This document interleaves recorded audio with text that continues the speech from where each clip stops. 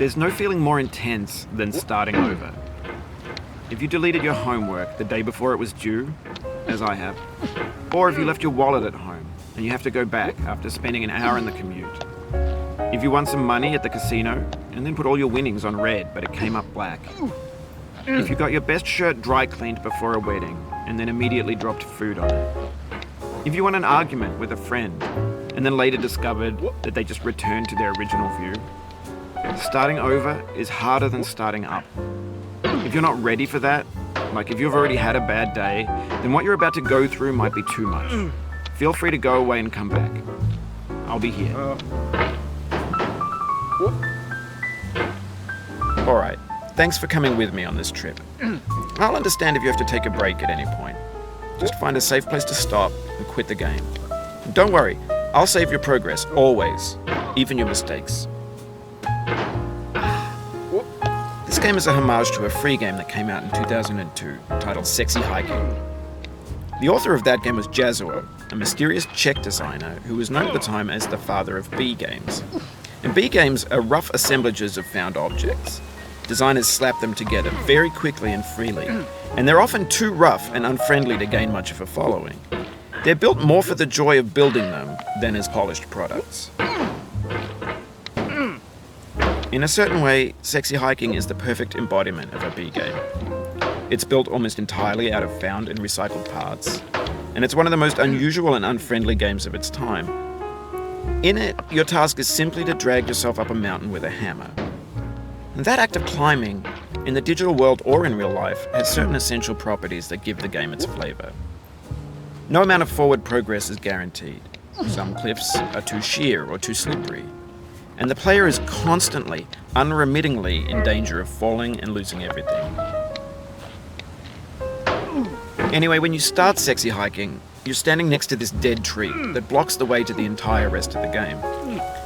It might take you an hour to get over that tree, and a lot of people never got past it. You prod and you poke at it, exploring the limits of your reach and your strength, trying to find a way up and over. And there's a sense of truth in that lack of compromise. Most obstacles in video game worlds are fake.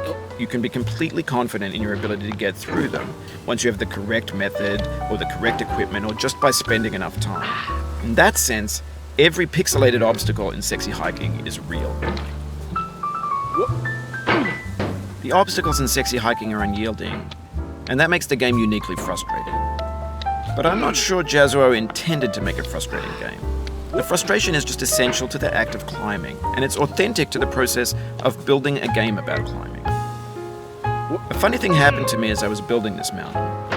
I'd have an idea for a new obstacle, and I'd build it, test it, and it would usually turn out to be unreasonably hard. But I couldn't bring myself to make it easier. It already felt like my inability to get past a new obstacle was my fault as a player rather than as a builder. Imaginary mountains build themselves from our efforts to climb them, and it's our repeated attempts to reach the summit that turns those mountains into something real.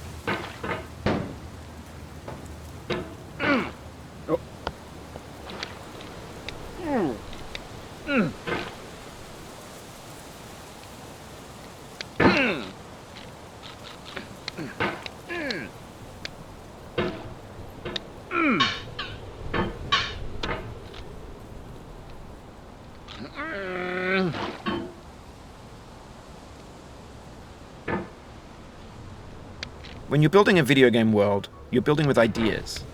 And that can be like working with quickset cement. You mold your ideas into a certain shape that can be played with. And in the process of playing with them, they begin to harden and set until they're immutable, like rock. And at that point, you can't change the world. Not without breaking it into pieces and starting fresh with new ideas.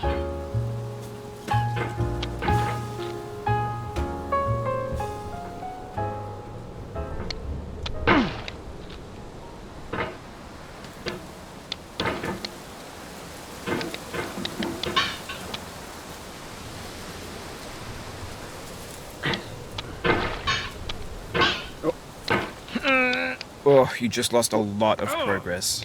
That's a deep frustration, a real punch in the gut.